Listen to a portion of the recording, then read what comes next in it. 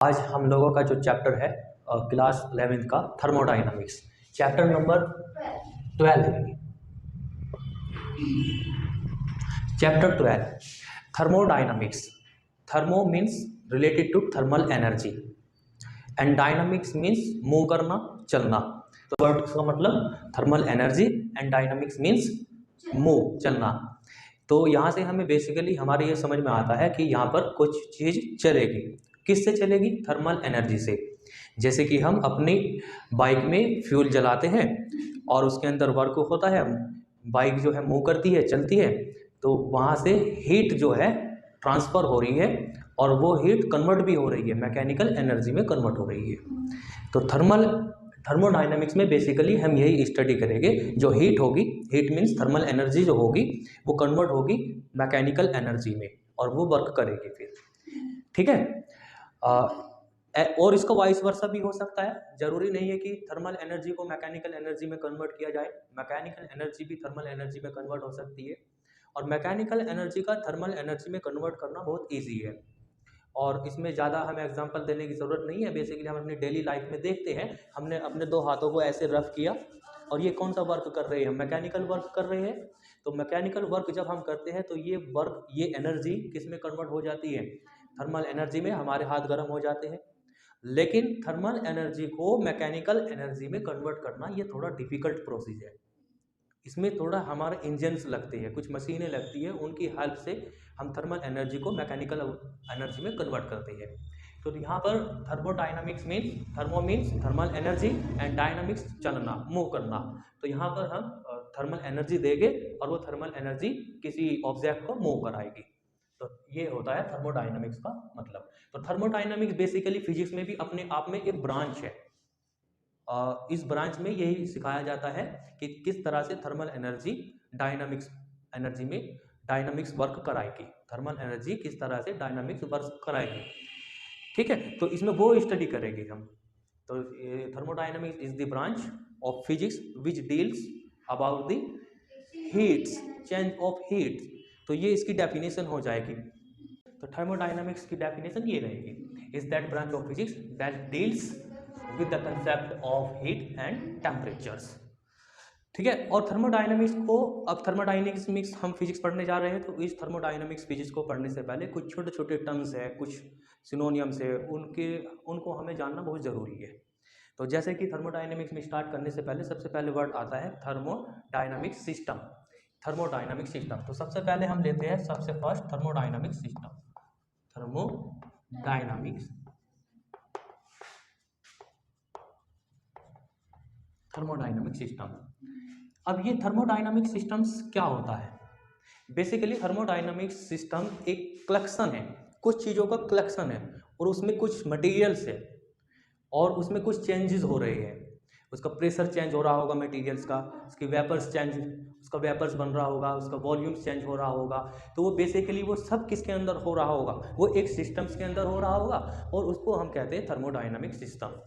मतलब जैसे कि हमारे पास एक कुकर है, उस कुकर के अंदर फ्लूइड है, वाटर है, और उस वाटर को हम हीट कर रहे हैं तो उसका टेम्परेचर चेंज हो रहा है, उसका प्रेशर चेंज हो रहा है, उसका वॉल्यूम फिक्स है। तो ये सब कहाँ हो रहा है? एक कुकर के अंदर हो रहा है। उस कुकर को कहेंगे हम थर्मोडायनामिक सिस्टम। और ये सिस्टम बाहर की बॉडी से बिल्कुल अलग है। वो सब टेम्परेचर, वो जो टेम्परेचर है, वेपर्स बन रहा है, वॉल्यूम फिक्स है, वो सब कहाँ है? कुकर्स के अंदर। बाहर तो नहीं हो रहा है सब कुछ। तो उसको हम थर्मोडायनामिक सिस्टम कहते हैं। जो बॉडी, जो बाहर की बॉडी है उससे बिल्कुल डिफरेंट है, उसकी जो अंदर की कंडीशन है वो बाहर की बॉडी से बिल्कुल डिफरेंट रहेगी। ये हमारा थर्मोडायनामिक सिस्टम होता है। तो thermodynamic system is the collection of large number of particles. Example मैंने आपके सामने दिया, जैसे कि कुकर्स। ठीक है। इसी तरह से कार का इंजन है, कार के इंजन फ्लूइड है, वो जल रहा है, उसके अंदर टेम्परेचर चेंज हो रहा है, उसकी वेपर्स बन रही है, वो सब कहाँ हो रहा है? इंजन के अंदर। तो इंजन क्या है? Thermodynamic system. ठीक। उसके बाद हम लेते हैं नंबर 2, सराउंडिंग।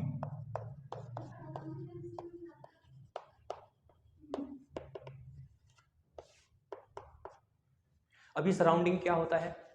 तो थर्मोडायनामिक सिस्टम के आउटसाइड, थर्मोडायनामिक सिस्टम से बाहर जो भी बॉडी है, जो भी एनवायरनमेंट है उसको हम सराउंडिंग कहते हैं। और ये सराउंडिंग ऐसा सराउंडिंग है कि वो थर्मोडाइनमिक सिस्टम से हीट ले भी सकता है और सराउंडिंग थर्मोडाइनमिक सिस्टम को हीट दे भी सकता है। जैसे कि हमारे पास कुकर है, कुकर को हम टेम्परेचर उसका बढ़ा रहे हैं तो उसकी अगर वॉल एल्युमिनियम की बनी हुई है तो एनवायरनमेंट उसमें से हीट निकाल लेगा, उसमें से हीट बाहर आ जाएगी निकल करके। ठीक है, उसका टेम्परेचर डाउन कर दो, उसमें बर्फ डाल दो, कुकर के अंदर ठंडा पानी कर दिया हमने, तो बाहर से सराउंडिंग से उसके अंदर हीट चली जाएगी। ठीक है, ये होता है सराउंडिंग। तो everything around the thermodynamic system is called surrounding. और सराउंडिंग और थर्मोडाइनमिक सिस्टम के बीच में एक वॉल होती है, वॉल, एक वॉल होती है, उसको हम कहेंगे वॉल। क्या कहेंगे हम उसको? वॉल कहेंगे। तो there is a wall between surrounding and thermodynamic systems. अब ये वॉल भी बेसिकली दो तरह की होती है। तो नंबर 3 आपको पढ़ेंगे वॉल, है ना, ये दीवार। अब ये दीवार भी दो तरीके की होती है। नंबर 1 एक तो होती है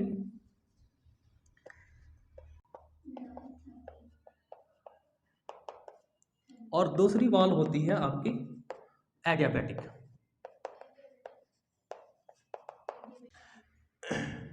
और there is a wall between surrounding and thermodynamic system. There are two type of wall. Number 1 diathermic and adiabatic thermic. Diathermic, अभी मैंने आपको बताया था कि डायनामिक्स, डायनामिक्स का मतलब होता है मूव होना, चलना, और थर्मल का मतलब क्या होता है? एनर्जी, हीट से मतलब है। डाया चलेगा, कौन? Thermal energy. यानी कि ये वॉल ऐसी होती है कि इसमें थर्मल एनर्जी चल सकती है, थर्मल रेडिएशन बाहर आ सकता है निकल करके। तो ये एक वॉल ऐसी होगी जिसमें हीट का आना जाना अलाउ होगा, ट्रांसफर हो सकती है। जैसे कि कुकर है और कुकर की जो वॉल बनी हुई है वो एल्यूमिनियम की बनी हुई है, हम उसका टेम्परेचर बढ़ा रहे हैं, बाहर का सराउंडिंग का टेम्परेचर डाउन है, तो उसमें से हीट निकल करके बाहर आ जाएगी। तो उसकी वॉल कैसी है? कंडक्टिंग, हीट को कंडक्ट करा रही है, बाहर निकल करके आ रही है। तो वो वॉल कैसी होगी? डायाथर्मिक वॉल कहलाई जाएगी। एल्युमिनियम की जो वॉल होती है वो डायाथर्मिक वॉल होती है। सेम उसी के अपोजिट कर दो, हमने एल्युमिनियम, जो एल्युमिनियम की बॉडी थी कुकर की, उस पर हमने कंबल लपेट दिया। हाँ, तो अब क्या होगा? हीट नहीं आएगी बाहर, हीट को रोक देगा। तो वो जो कंबल की हमने दीवार बनाई, मोटी सी दीवार बनाई, तो वो डिपेंड करेगा कि कितना अच्छा कंबल है। फ्लैनल लगा देंगे, कुछ और मटेरियल्स लगा देंगे, जरूरी नहीं है आपने कंबल्स लगाया हो। तो अगर आपने ऐसी वॉल बना दी कि वो हीट को अलाउ नहीं करेगा, हीट बाहर नहीं आएगी, अंदर ही रहेगी हीट, तो ऐसी वॉल को क्या कहेंगे हम? एडियाबैटिक। डाया, डाया के आगे क्या लग गया? डाया के आगे क्या लग चुका है? ए डायाबैटिक। ये हीट अलाउ नहीं करेगी, ट्रांसफर नहीं करेगी ये। ठीक है, तो एग्जांपल जैसे कुकर के चारों तरफ हमने कंबल लपेट देना है, तो वो एडायाबैटिक बाल बन जाएगी। ठीक है, तो ये हीट का एक्सचेंज कराएगी, अलाउ करेगी, अलाउ टू हीट, एंड ये डज नॉट अलाउ।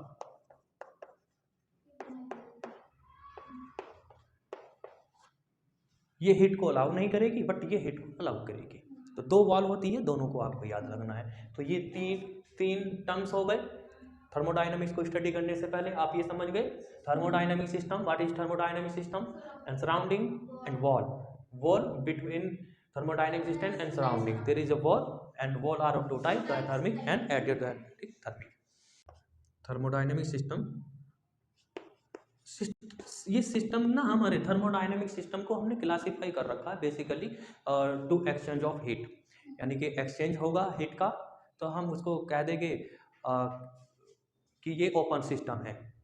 जैसे कि हमने कुकर का ढक्कन हटा दिया, तो कुकर का ढक्कन जब हमने हटा दिया तो उसमें से एनर्जी बाहर आ सकती है, वो चाहे डायरेक्टली ऊपर से निकल करके आए या फिर एल्युमिनियम की वॉल से बाहर आए। तो हीट का आना अलाउ है, हीट का जाना भी अलाउ है, यानी कि एक्सचेंज अलाउ है। यस, और उसमें से हम मैटर को भी निकाल सकते हैं, उसमें हम पानी भी डाल सकते हैं, पानी उसमें से बाहर भी निकाल सकते हैं। तो जो ओपन सिस्टम होगा, number 1 open system, open system, तो इस सिस्टम में क्या होगा basically? Energy as well as matter दोनों एक्सचेंज हो सकती है। खुला सिस्टम है ये, ओपन सिस्टम है। ठीक, उसी के अब दूसरा जो सिस्टम होता है क्लोज होता है, क्लोज सिस्टम। अब क्लोज सिस्टम कैसे होगा? कुकर का ढक्कन लगा दो, अब उसमें से हम मैटर नहीं निकाल सकते, बट एनर्जी तो निकल सकती है ना, हीट की फॉर्म में, रेडिएशन की फॉर्म में बाहर एनर्जी आ जाएगी निकल करके। तो फिर इस सिस्टम को हम कहेंगे क्लोज सिस्टम।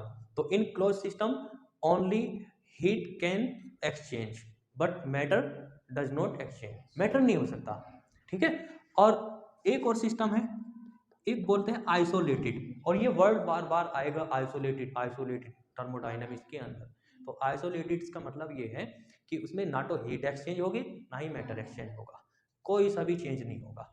तो इसमें केवल, इसमें दोनों चेंज हो जाएगा, इसमें केवल हीट चेंज होगी, और इसमें आइसोलेटेड में,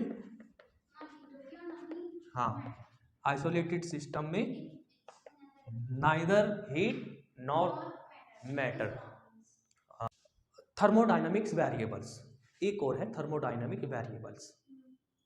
अब ये थर्मोडायनामिक्स वेरिएबल्स क्या होते हैं? बेसिकली जब हम थर्मोडायनामिक्स की स्टडी कर रहे होंगे और सिस्टम होगा, उस सिस्टम के अंदर कुछ फ्लूइड होगा, उसमें उस फ्लूइड का कुछ टेम्परेचर भी होगा, उसका प्रेशर भी होगा, और उसका कुछ वॉल्यूम भी होगा।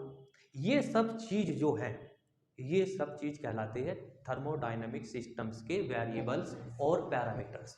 इनकी हेल्प से हम पूरी थर्मोडायनामिक स्टडी करते हैं।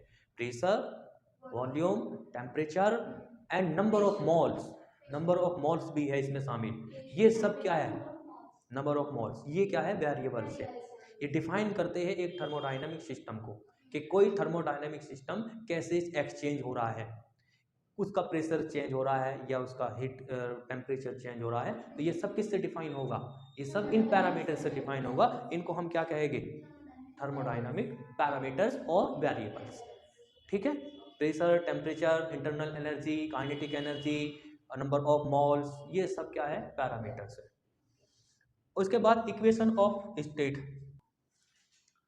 Number 4, equation of state. ये छोटी छोटी डेफिनेशन है थर्मोडायनामिक्स स्टडी करने के लिए। हाँ, ये छोटी छोटी डेफिनेशन, इनके बिना हम थर्मोडायनामिक्स को समझ नहीं सकते।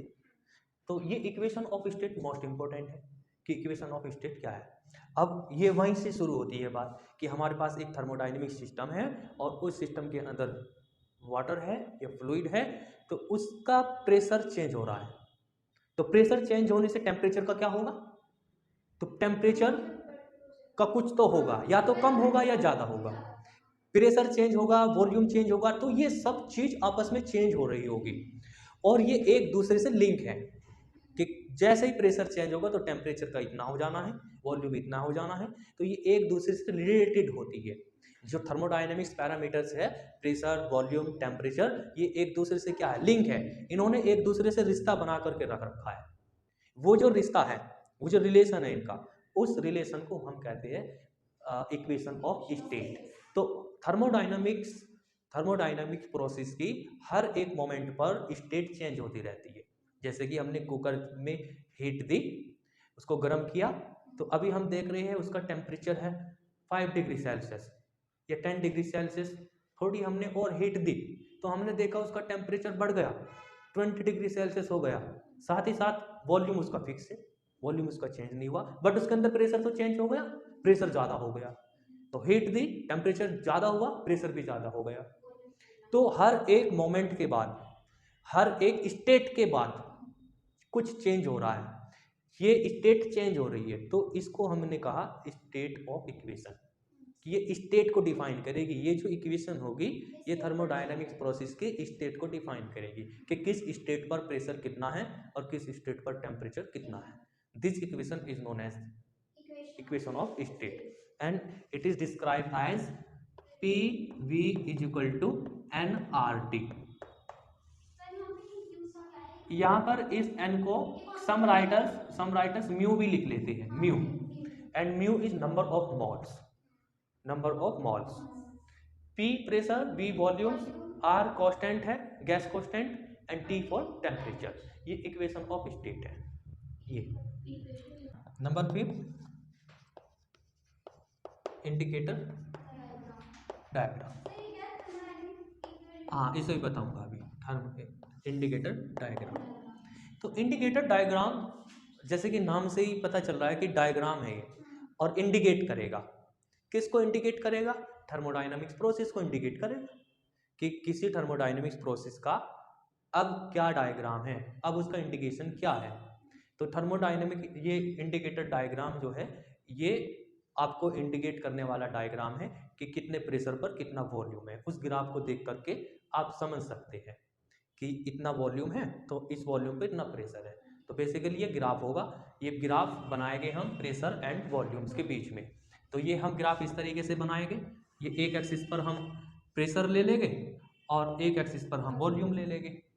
तो अब हमने किसी गैस को गर्म कर रहे हैं, उसको कंप्रेस कर रहे हैं, उसको ऐसे दबा रहे हैं। तो जब हम उसको कंप्रेस करेंगे यानी कि उसका प्रेशर बढ़ा रही है तो वॉल्यूम का क्या होगा? वॉल्यूम उसका बेसिकली कम हो जाएगा। और उसको एक्सपेंड भी तो कर सकते हैं, उसको ऐसे फैला सकते हैं। तो वॉल्यूम बढ़ाएंगे तो उसका प्रेशर बेसिकली कम हो जाएगा। तो इसका डायग्राम इस तरीके से बनेगा, ये ऐसे, ये डायग्राम बनाया हमने। तो आप देख रहे हैं कि जैसे जैसे वॉल्यूम बढ़ता जा रहा है इस वाले मोमेंट पर इतना वॉल्यूम है और प्रेशर की वैल्यू ये है और वॉल्यूम इतना है। थोड़ा हमने वॉल्यूम और बढ़ाया तो यहाँ पर पहुँच गए हम। तो यहाँ पर देखो प्रेशर की वैल्यू कितनी कम हो गई, थोड़ा सा प्रेशर बचा, ये होगा ना प्रेशर, तो प्रेशर कम हो गया। तो जैसे जैसे वॉल्यूम्स बढ़ेगा वैसे वैसे प्रेशर कम हो जाएगा, ये ग्राफ हमको बता रहा है। ठीक है। अब हम एक्सपेंशन भी कर सकते हैं और दूसरा कौन सा बोलते हैं, कंप्रेशन भी हो सकता है। तो कंप्रेशन और एक्सपेंशन अब दोनों को हमें ग्राफ में शो करना है। तो यहाँ से हमें ना तो एक्सपेंशन समझ में आ रहा है और ना ही हमको कंप्रेशन की ये हो क्या रहा है। तो कंप्रेशन के लिए हमने एरो लगा दिया। कंप्रेस करने का मतलब हम क्या कर रहे हैं, वॉल्यूम को कम कर रहे हैं। तो वॉल्यूम कम किधर की तरफ होगा, इधर होगा या इधर की तरफ होगा? इधर होगा। तो इधर की तरफ होगा ना वॉल्यूम कम। तो इस तरफ हमने ये एरो लगा देना है। तो अगर इस तरफ एरो लगा हुआ आपको मिलता है तो ये क्या है, ये कंप्रेशन है, कंप्रेशन हो रहा है। और इस तरफ एरो लग रहा है तो ये एक्सपेंशन हो रहा है। ठीक है, ये इंडिकेशन डायग्राम है। थर्मोडायनेमिक इक्विलिब्रियम ये है कि थर्मोडायनेमिक इक्विलिब्रियम जो हमारे जितने भी पैरामीटर्स है कुकर्स के अंदर, प्रेशर, टेम्परेचर, वॉल्यूम्स, ये सब चेंज ही नहीं हो रहे टाइम के साथ, ये सब टाइम के साथ रेस्ट है। तो हम क्या कहेंगे कि हमारा सिस्टम इक्विलिब्रियम में है।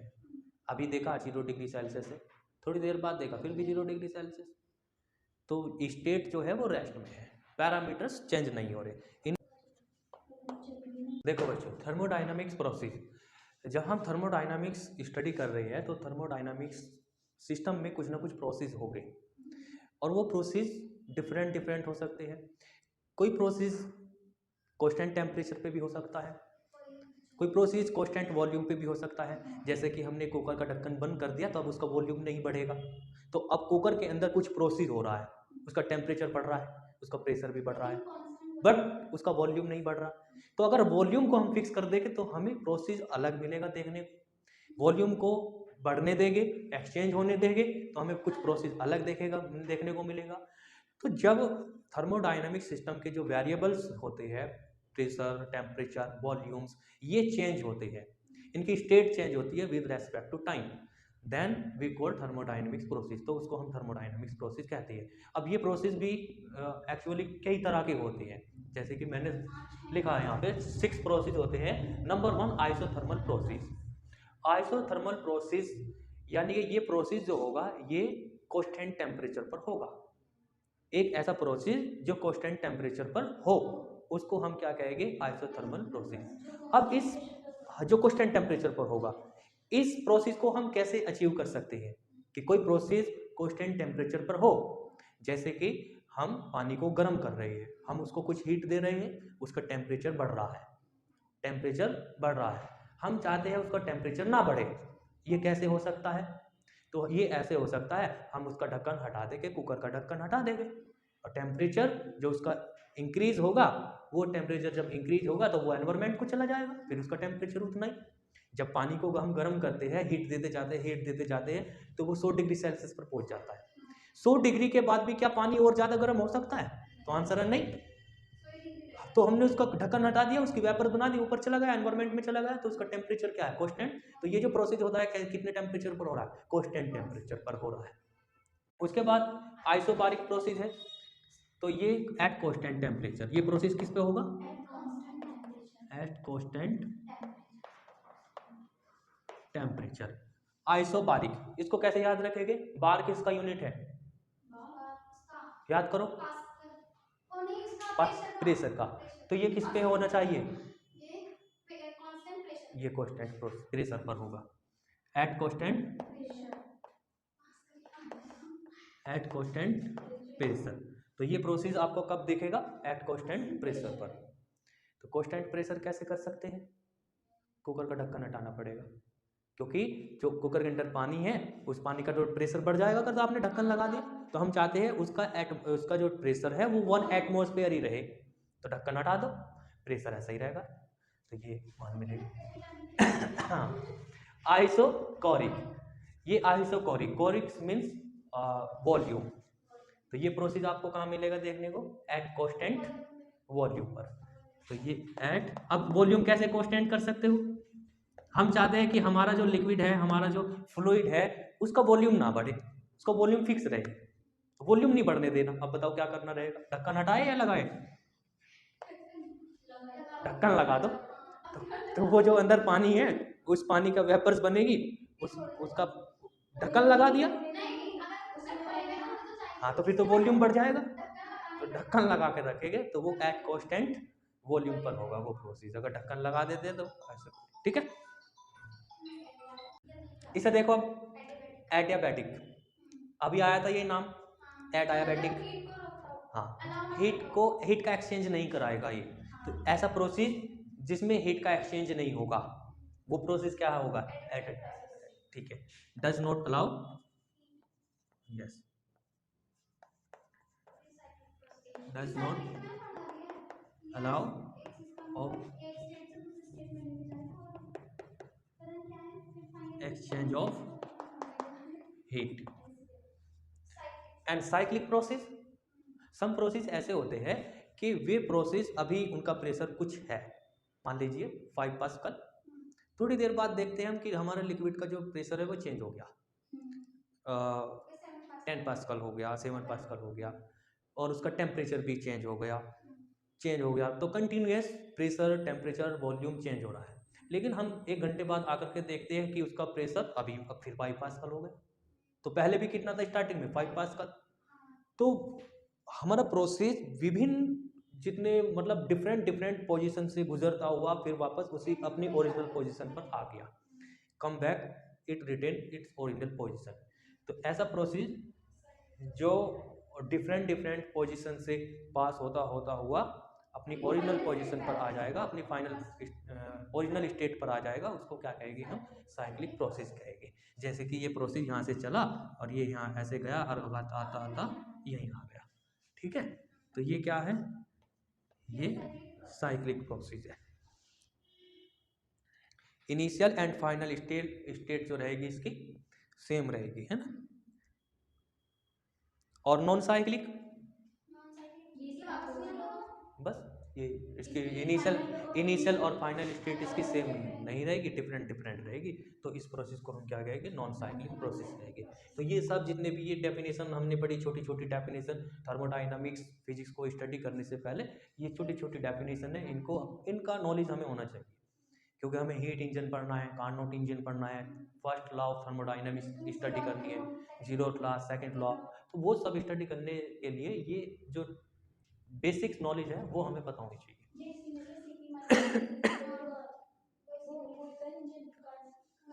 कार्नोट इंजन के बारे में हम पढ़ेंगे इसमें।